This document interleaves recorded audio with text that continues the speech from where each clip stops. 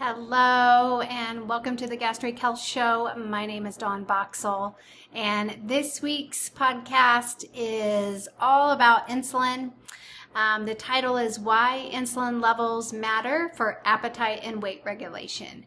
So we are going to dig into this topic. This week I am recording in snowy Colorado, so just a different location for me to work, so have to just fit some things in between the skiing and having fun, so just making sure that I stay on task with all the podcasts to keep things going. So insulin, so let's kind of dig into this topic. Hopefully it gives you a better insight to what the connection is between your insulin and the importance of it, and your blood sugar, and why monitoring these is something that you and your physician should always be checking, so that you know where you're at and where you stand with your insulin level, because it can really make a difference in your appetite and in your weight and in just your ability to regulate those more easily. So appetite and weight regulation can be influenced by your insulin level. In conventional health care, insulin levels are rarely considered for routine blood work. But in bariatric functional nutrition, this is really a cornerstone lab to assess metabolic function. So we really look at insulin levels, not just your hemoglobin A1C or your fasting glucose. We want to know what that insulin level is doing. Insulin is really just a hormone that affects every cell in your body. And most of you probably have heard of insulin in connection with its primary job of regulating your blood sugar and how it kind of directs it into your cells. And a high insulin level tells your body to store glucose in your fat cells and keep your fat stores locked away so that you're not going to burn those fat stores. And this process makes it quite easily to gain weight. So additionally, insulin helps regulate your appetite. So unfortunately, half of the U.S. adults have insulin resistance, and many have absolutely no idea because their family doctor or their primary care doctor is not checking insulin levels. So this is where I want you to find a practitioner that you can partner with and have this level tested. If you don't have a practitioner and I can help you get this level ordered and guide you on this. So feel free to reach out. I'd love to help you work on this, because this is an important piece of your metabolic health. This is an important piece to your weight loss success. This is an important piece to your overall health. So if you're ignoring this insulin level, or maybe not ignoring, but you're not addressing or evaluating it, you are missing a puzzle piece. It's like you have this puzzle and you're missing that one middle piece that is lost. So this is an important thing to consider, especially if you're having issues with appetite regulation or weight loss resistance. This is something to tap into and consider as a cause or a reason why. So what is insulin resistance? Insulin resistance is when your cells no longer react to the effects of insulin and making your body need more insulin just to do the same work. And having too much circulating glucose or sugar can lead to too much insulin. So the more sugar that's in your bloodstream, then the more insulin that is released. And really, your body's first source of energy comes readily available from readily available glucose in the blood. And the secondary source comes from what's called glycogen. So this is a stored glucose. So your body stores extra sugar in your liver and in your muscles for when you need it, when you are moving your body more, that it has those reserves. This is its built-in mechanism to have fuel when maybe you're not going to feed it soon enough. So this is, it's kind of your insurance policy, you know, so the brain has its necessary fuel to survive off of. So the glycogen is stored in your muscles and your liver so that it's there when you need it. And when you don't engage in, you know, adequate exercise, or if you're even just consuming too many calories or just the wrong types of food, your body won't burn the glycogen stores. So it's always just going to be there, and then you'll continually add to that.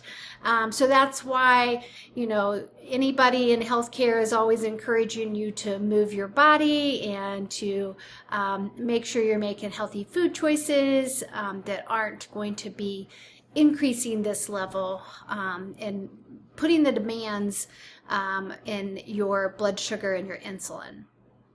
So as you deplete your glycogen stores, you tap into your stored body fat as an alternative energy source. So when you start moving your body and you're not feeding it consistently, maybe you're eating 3 meals and 3 snacks, and you're not giving your body a break, and you're giving this constant stream of fuel, then you're never going to tap into that glycogen stores. So as you can see, too much glucose leads to increased insulin and excess fat storage when you're not taking care of yourself.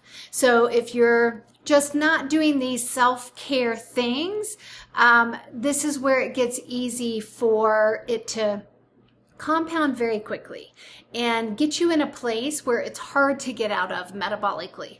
Your body starts working against you and making it super hard to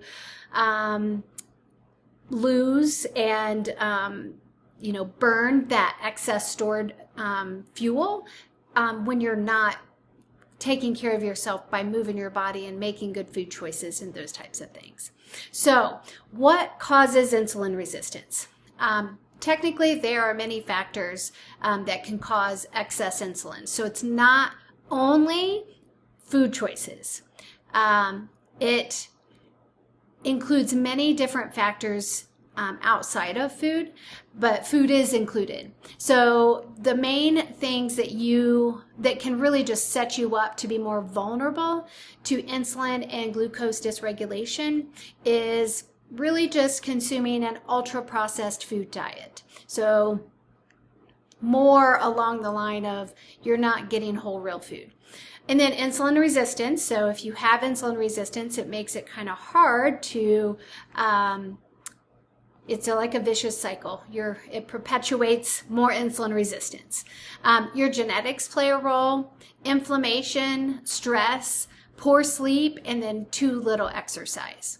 So why food choices matter for insulin, appetite, and weight regulation. So when it comes to eating, perfection doesn't exist. If you've listened to me long enough, you've heard me say this many times. It's not about being perfect with your diet.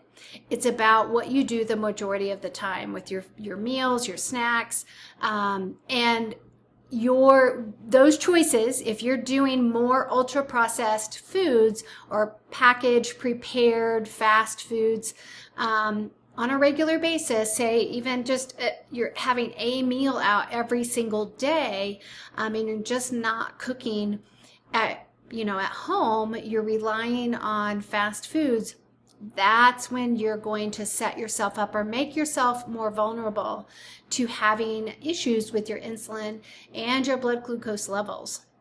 So, as you can imagine, ultra-processed foods are just really the wrong mix of food properties to sustain an appropriate appetite and healthy weight. So ultra-processed foods contain very little fiber and typically contain higher levels of carbohydrates and sugars. And that's the unfortunate thing. If you think back to when food manufacturers started creating this, I think, they do it with the thought of, yes, it is a business, and that big food does sway things, and we can influence that by how we purchase with our food dollars. But if you think back, I mean, when women got out into the workforce, we really needed help. We needed help with preparing foods because we're no longer at home only cooking. As these things have evolved, which I don't want to go back to that. I like the convenience of things, but I think you have to understand that they have to make it so it's shelf stable, that it can be efficient and cost effective for the grocers and stuff, because you can't have something that's going to go bad on the shelves or in the coolers within a few days, and have adequate amount of supply for feeding all of us. So I get it. I know, I understand the reasoning and how we got here.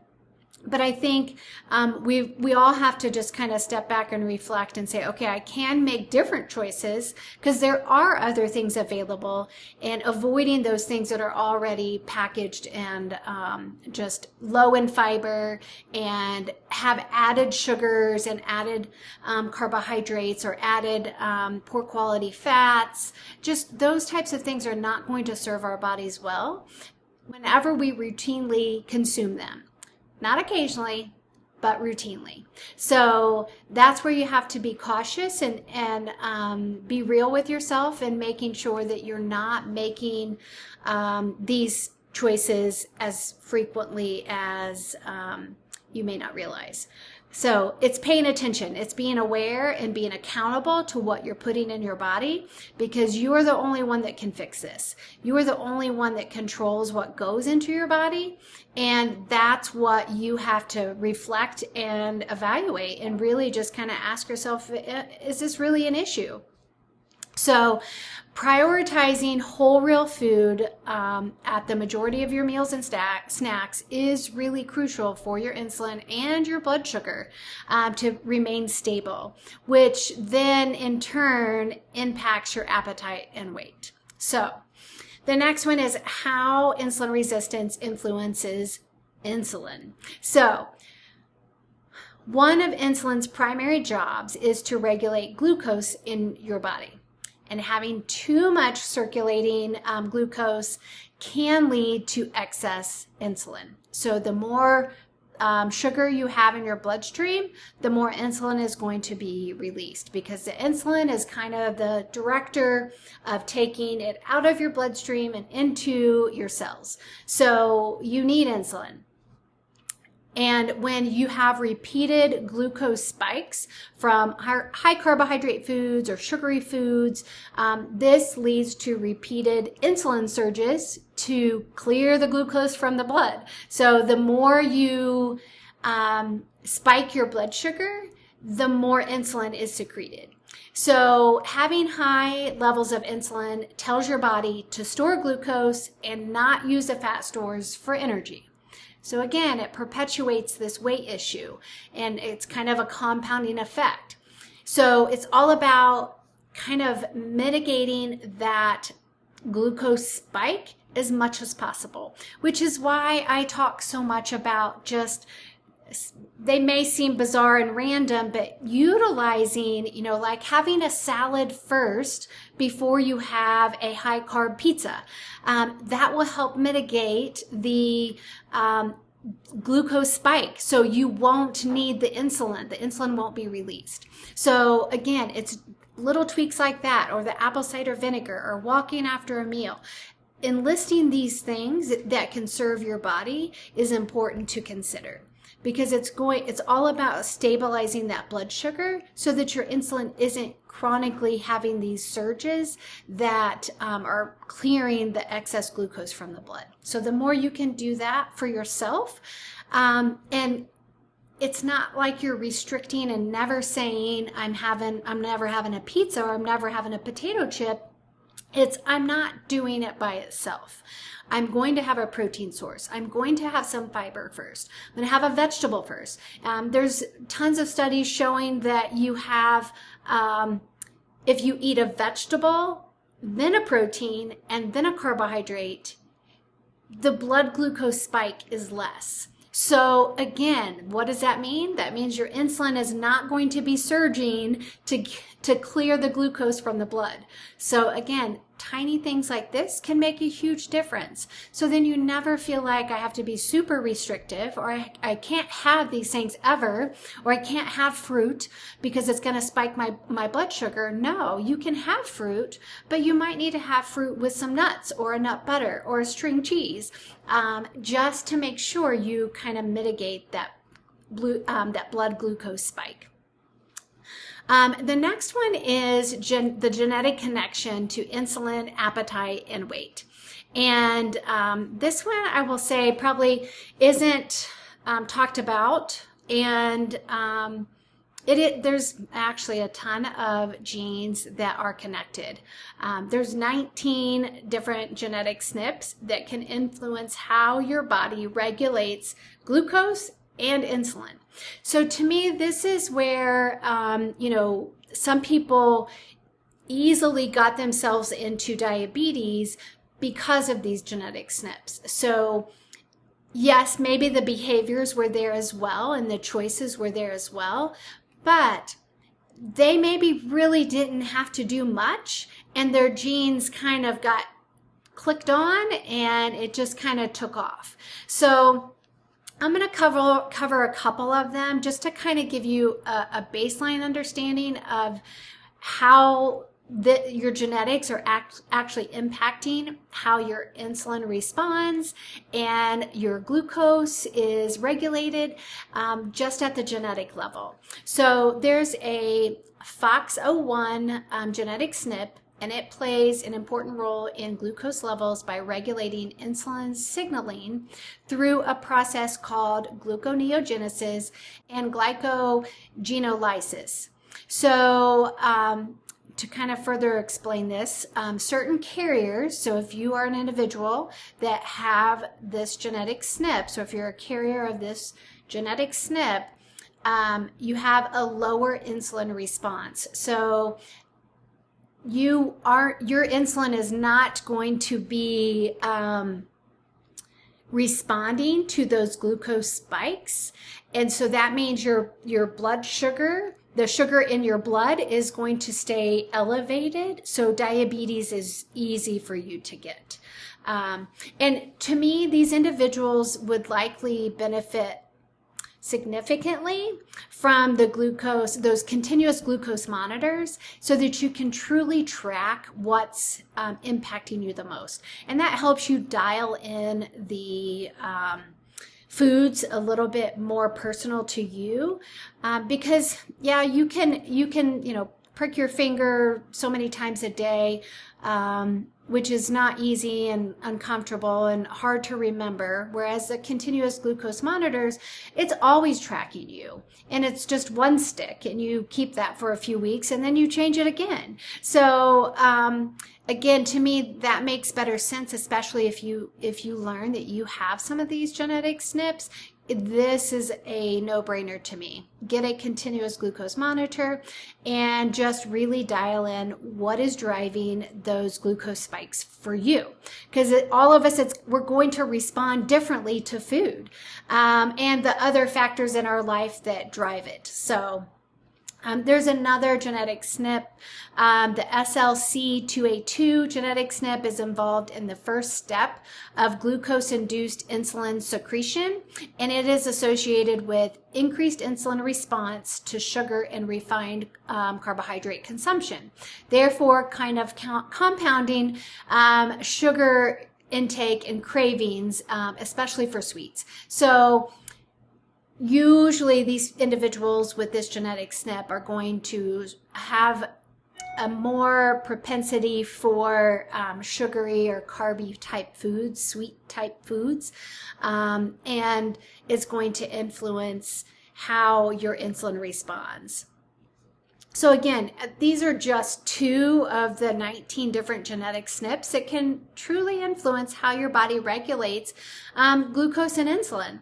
So now, all of you who follow me for a while, you've heard me say many times that your genes are not your destiny. And if you are a carrier of these certain, or even a certain combination of genetic SNPs, you can enlist certain practices to turn these genes back off in order for you to maintain a healthy glucose and insulin levels lifelong. And again, enlisting things like the continuous glucose monitors and really dial in what is influencing your food, your blood glucose level, and contributing to insulin spikes and surges as well. Then next is how inflammation contributes to higher insulin. And inflammation has been well established in chronic disease, including obesity, and inflammation has been shown to interfere with insulin signaling in animal and human studies. So the more inflamed or the more even low-grade inflammation that you carry, that you may not even realize that you have this inflammation going through your body, it's going to interfere with your body's ability to kind of respond to high blood sugars and things like that. And I will tell you, think about in menopause for women. So when you go through menopause, your inflammation increases naturally. Things are just, your body is migrating more towards insulin resistance, and your cortisol levels increase, your inflammatory markers can increase. So things, kind of tuning in and really paying attention to that insulin level and making sure that it's staying in healthy reference ranges and more tightly regulated will help you control all of this. So to me, it's not, don't wait until something is broken. Don't wait until you already have diabetes. Do it when you start seeing signs of pre-diabetes. And then attack it before you get too far into it that it's even harder to get out of. It just is complicated when you wait. So the next one is how stress hormones alter insulin response. And stress can cause a rapid and sustained rise in your blood glucose. So it can, when your cortisol level is elevated, then that increases your blood glucose. So cortisol, epinephrine are considered insulin antagonists. And whenever these hormones are elevated, you need more insulin to do the same job. Which leads to the outcome of insulin resistance if not addressed. So this is where if you are not great at managing your stress, then you can get yourself in a position where your body is not going to be able to respond and support these blood glucose spikes. So again, I'm going to kind of explain with menopause, because this is something that your stress hormones are rising in menopause. So this is a contributor. This is something as females you have to kind of be prepared for and learn and kind of try different things that work for you and really managing your stress and evaluating it. To me, I'm a big pusher of doing journaling at night to kind of just brain dump and get that out. Because you may not even, again, realize that you are struggling with stress. Because sometimes we're so good at just suppressing things that we don't even recognize that it is raising our stress hormones. So again, it's setting you up. The more stress you have consistently and chronically is when you're going to get yourself into trouble with that insulin being able to respond appropriately. The next one is poor sleep. And sleep is probably the one lifestyle factor that is rarely discussed enough. And To me, this should be question number one when you're at a practitioner's office and you're dealing with symptoms. I personally, when I work with patients, I do try to ask how well they're sleeping and if this is an issue. And we really work hard at helping them sleep. Because, different life seasons, again, menopause is one where sleep is impaired. And you start having a lot of issues falling asleep and staying asleep. Again, it correlates with those cortisol levels rising, inflammation rising, and hormone changes. So lowering of progesterone, lowering of estrogen. Progesterone is kind of our chill hormone, and this is what helps us sleep. So in essence, menopausal women may benefit, if you qualify, to do hormone replacement therapy, because it can really help support great sleep and help mitigate this blood glucose and insulin response that is kind of broken. And this is, so you're wanting weight loss. You're going to your doctor saying, I'm hungry all the time. My appetite is up and I'm gaining weight and I can't lose weight. And if you really kind of timelined it and looked at everything, if it's you're having poor sleep, then this may be the only thing you need to fix is the sleep piece. And you have to dig deep enough to know, why are you not sleeping? What symptoms are you experiencing? Is it just a life event that you're in that you're stressed about and it's more stress hormones? Because there's so many things you can do to turn that stress hormone off. My favorite is phosphatidylserine. So when you have high cortisol levels, just really dialing in phosphatidylserine to help lower those. It has been shown in studies to actually lower your cortisol level. I like using it myself. We keep it at our house and we use phosphatidylserine for any of those times that we do need that support. So it's not something that I use every night, but when I feel like my cortisol levels are rising, I make sure that I start taking them and make sure I utilize that to help keep that cortisol in check. So getting, a good night's sleep is so important. And I've discussed this before, how a poor night's sleep will increase your cravings the next day. And there's a study, they followed healthy, normal weight individuals who were considered short sleepers, and they slept less than 6.5 hours per night. And then the control group was considered normal sleepers, and they slept 7.5 to 8.5 hours per night. And the study found that the short sleepers secrete 50% more insulin than the normal sleepers to achieve similar glucose results.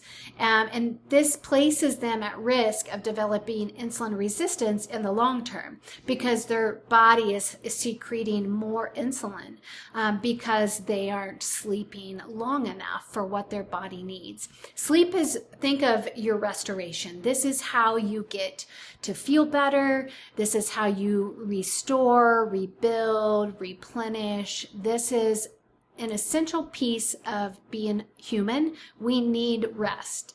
And if you get yourself in a cycle where you're not getting rest night after night, this is when insulin levels rise and blood sugars rise. So it's again, the whole system is creating this environment of insulin resistance and high blood glucose levels that translate into, now I'm hungry all the time and the scale won't move, or it's moving up in the wrong direction and I can't get it to move down.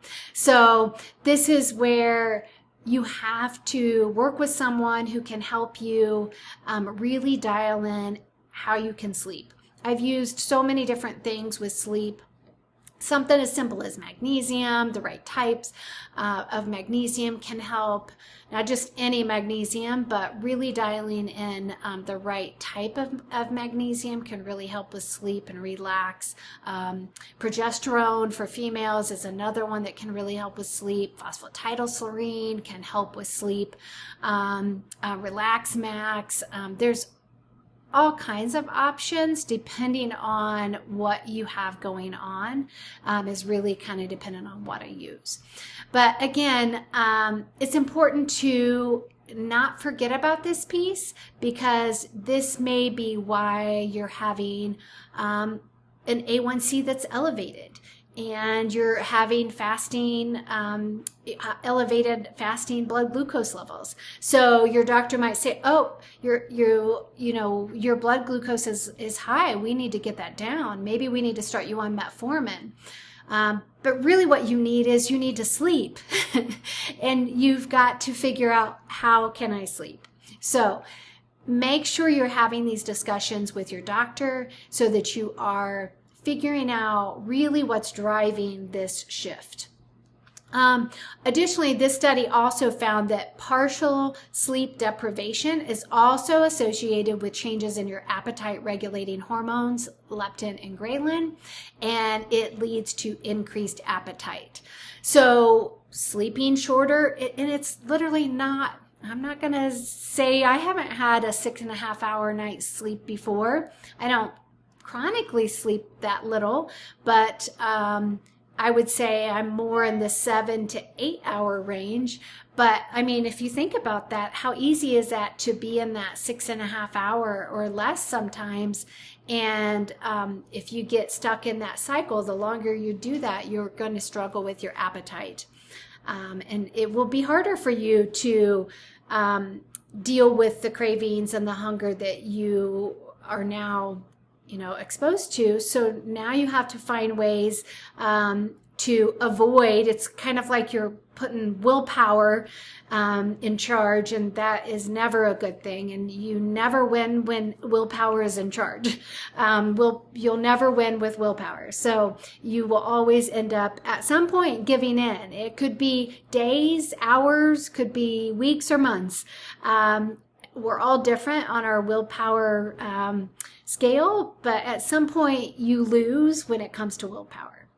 So this is why you have to look at all areas of life, and really having a balanced life of having fun, having rest, having good relationships. You can't ignore these things, because these drive the symptoms that you present to your doctor with. I'm hungry and I'm gaining weight. And it really is, driven by some of these things that are just off balance in your life. The next one, or the last one, is too little exercise. And let's face it, we all know that exercise is a necessary thing we all should do. And it is a great way to tap into your stored fat cells that your body is storing for energy. So if you can help lessen the blood sugar spike, especially if movement is intentional after a meal, there are several studies showing that a 10-minute walk after a meal can lower the blood glucose spike. So again, when you're preventing that glucose from spiking, then you are preventing that insulin from surging.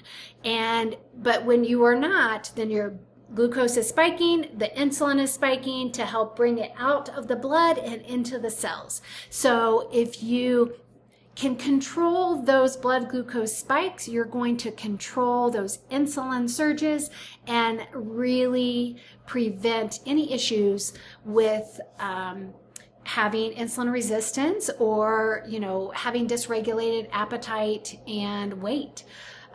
So again, it's prioritizing just simple things, moving your body. So set a timer as soon as you finish eating, set a timer for 10 minutes and get up and just clean up your kitchen, or actually go outside for a walk. I've done both, and either work. So if it's freezing cold or raining, then just walk in your house and clean up your kitchen for a whole 10 minutes and keep moving that whole time. And that will be equal to moving outside.